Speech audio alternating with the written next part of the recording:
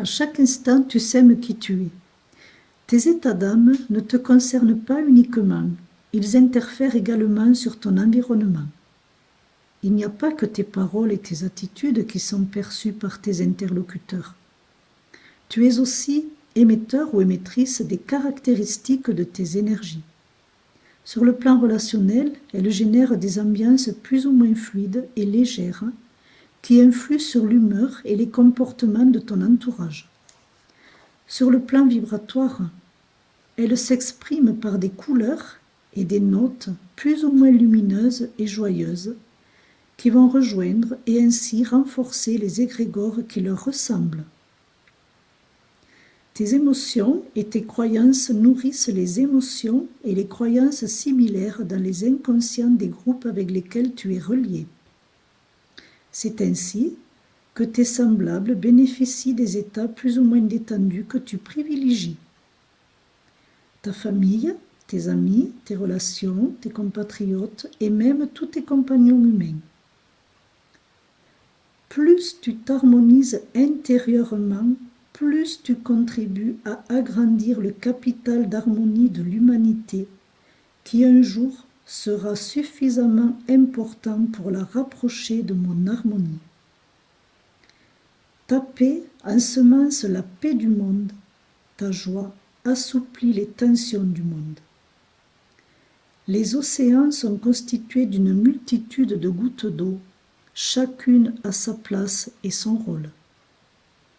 Tu es une des gouttes d'eau indispensables à la formation de la grande vague du renouveau. Cette vague qui a commencé son état s'avère dévastatrice pour certains et au contraire porteuse pour d'autres.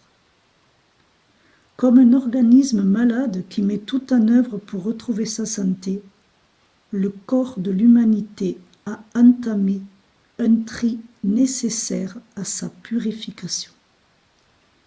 Il élimine les récalcitrants qui entravent sa guérison par leur résistance au changement et les victimes qui vivent les mauvais scénarios qu'elles s'inventent. La saison des récoltes est arrivée. Chacun reçoit exactement ce qui lui revient, les pleins ou les vides qu'il estime mériter. Voilà pourquoi des départs groupés d'âmes se multiplient actuellement sur votre planète qui, comme ces enfants humains, se préparent à renaître. Les âmes qui ne sont pas prêtes à se laisser emporter, telles des surfeurs par l'efficacité des lois de l'amour, vont poursuivre leur évolution dans les plans de conscience qui leur correspondent dans le monde spirituel, puis sur une autre planète. Seuls les doux et les justes, et ceux qui le deviennent par contamination positive, hériteront de la nouvelle terre. Ils auront le privilège et la responsabilité de rétablir les équilibres d'une superbe planète qui a encore un grand et bel avenir devant elle.